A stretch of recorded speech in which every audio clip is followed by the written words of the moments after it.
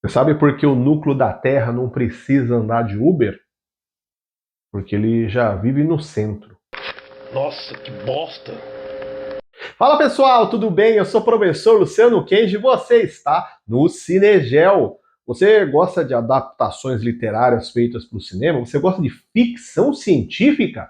O filme de hoje é uma das versões, não a primeira, talvez não a última, de um clássico da literatura, que inclusive moldou, a partir do seu autor, basicamente o que nós temos hoje como esse estilo da ficção científica, que tentou ali passear em meio a rumores reais da parte da ciência, mas afinal, o que tem de verdadeiro e o de falso nessa obra de hoje? Para a gente entender um pouquinho e conhecer mais, vem conferir comigo.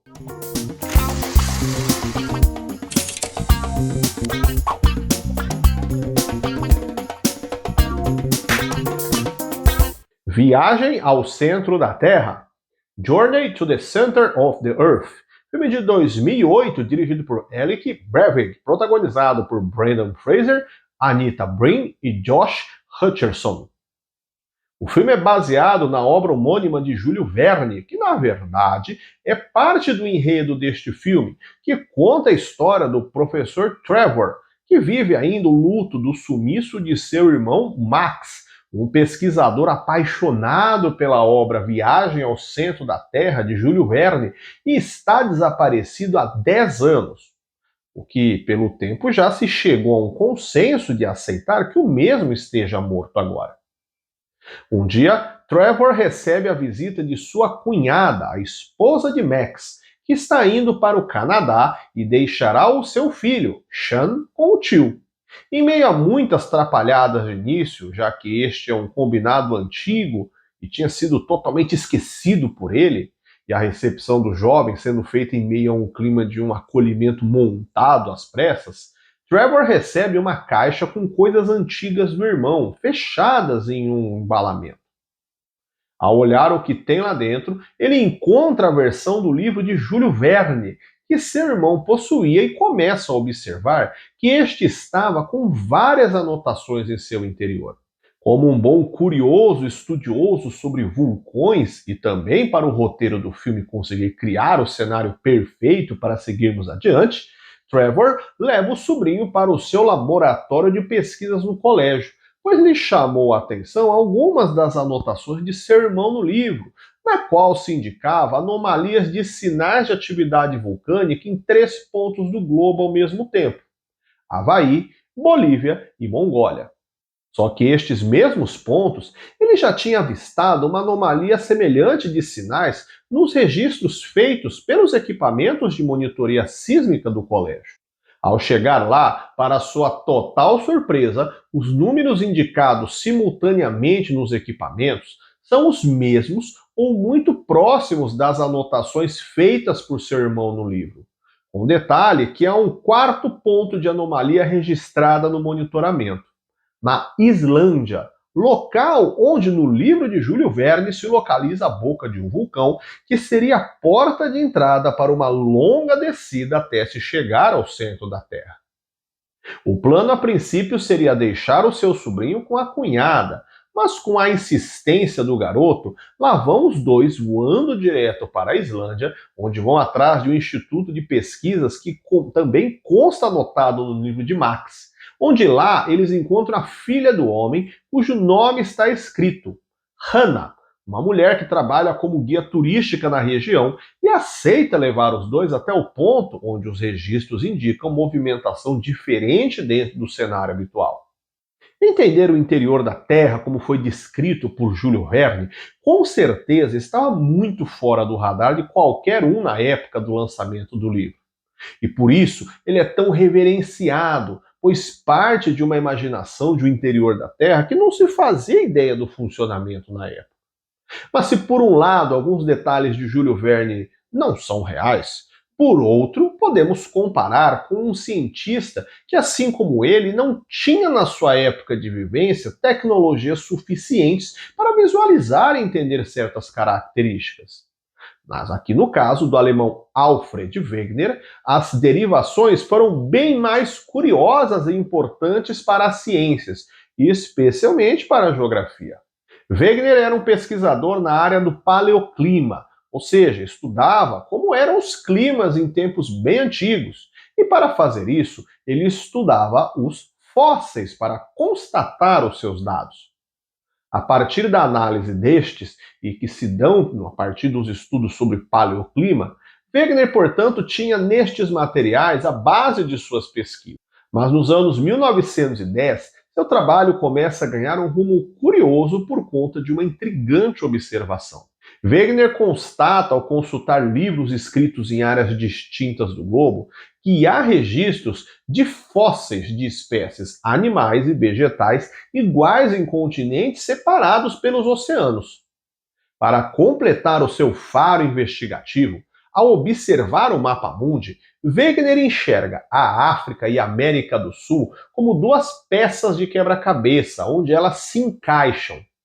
Com isso, ele começa a aprofundar seus estudos sobre este mistério e começa a descobrir que a geologia, os tipos de rocha, também possuíam semelhanças em parte dos montes Apalaches nos Estados Unidos e na Europa, além de parte de Santa Catarina e porções no oeste da África. Eu tô passada, chocada. Meu Deus. A análise dos fósseis ganhou mais peso quando grande parte de se constatar algo grandioso da dinâmica terrestre milhões de anos atrás, acaba se constatando que há fósseis com indícios de adaptação a condições climáticas de outras regiões, o que poderia indicar que a configuração do planeta, especificamente dos seus continentes, tiveram mudanças, realocando as porções terrestres na sua configuração atual, após o movimento que rearranjou a sua posição. Pronto. Temos aí os indícios para que Alfred Wegener, em 1915, lançasse o livro A Origem dos Continentes e Oceanos. Nele, Wegener fala que havia há 300 milhões de anos atrás uma única porção de terras, que ele batiza de Pangeia, nome que significa todas as terras ou todos os continentes. Mas com o passar do tempo, uma força até então pouco conhecida gerou o deslocamento das massas continentais até que elas chegassem na configuração atual. Um detalhe importante sobre sua carreira acadêmica faz diferença para entendermos a aceitação deste seu trabalho. Wegener é graduado e pós-graduado nos estudos de astronomia e climatologia, sendo inclusive os estudos dos fósseis a base para seu incômodo e angústia, que gerariam posteriormente esse livro sobre a deriva continental. O detalhe é que ele não é geólogo ou geógrafo, ou qualquer outro tipo de estudioso sobre a estrutura do planeta Terra. E com isso, este seu livro não é bem aceito pela geologia na época, sendo tratado como uma bobagem de um estudioso de outro ramo que estaria tentando impor ideias falaciosas sem base científica. Que isso, rapaz? Tenha calma, meu filho. Não faz... Você está impossível. A ciência da época nunca negou que sim, haviam fósseis de espécies animais e vegetais idênticos em continentes diferentes. Mas a explicação mais lógica de época era que pontes naturais, como se fossem prolongamentos continentais, existiriam nestes milhões de anos atrás, mas a erosão acabou desgastando e fazendo com que seus indícios se perdessem nas águas dos oceanos. Não me diga. A lógica para não acreditar em seus trabalhos pareciam óbvios a partir da pergunta: por que a crosta se mexeu? Como que ela se moveu? Não sei. Estes questionamentos pareceriam pouco táteis e por isso Wegener morre em 1930 na Groenlândia, onde realizava estudos sobre paleoclima local, sem ter os seus estudos reconhecidos pela ciência em amplitude geral. Mas seus estudos inspiraram nos anos 1960 uma série de outros estudos pelo mundo para tentar entender a dinâmica dos terremotos, do vulcanismo e das dorsais, as cordilheiras oceânicas. E com isso, o trabalho de Wegener serviu de base para inspirar a descoberta da dinâmica das placas tectônicas. Sim, se você está surpreso neste momento, a teoria da Pangeia ela é anterior à descoberta da dinâmica das placas tectônicas. E Wegener morreu sem o reconhecimento devido de seu trabalho, porque não conseguiu explicar a existência delas. Para ajudar no complemento destas ideias, eu aconselho você a conferir depois alguns vídeos aqui do canal sobre os filmes O Núcleo, Missão ao Centro da Terra, Terremoto, A Falha de San Andreas e O Inferno de Dante. A crosta não é uma peça grande, rochosa e uniforme como se imaginava, mas sim fracionada em várias partes rochosas, sendo cada uma delas chamada de placa tectônica. E essas peças gigantes de rocha boiam sobre o manto, que pela sua alta temperatura e pressão dilata e segue o movimento para cima, gerando um chamado movimento convectivo do manto, que arrasta lateralmente este pedaço rochoso. Wegener morreu sem o reconhecimento, pois a simplicidade tecnológica da época não conseguiu lhe dar este estalo sobre a existência destas placas, e que elas se deslocam pouquíssimo horizontalmente, em média em torno de 5 centímetros por ano, sendo imperceptível, portanto, ao olho humano. O deslocamento começou a se dar na era Mesozoica, por volta de 225 milhões de anos atrás, formando inicialmente a Pangeia e a Pantalassa, o único oceano do período. Mas com este movimento, formaram-se duas porções de terra, uma que vai para o hemisfério norte, chamada de Laurásia, e outra que vai para o sul, batizada de Gondwana. E a partir destes dois continentes, chegamos na configuração atual. Há muitos que vão perguntar: então a Pangeia vai juntar de novo?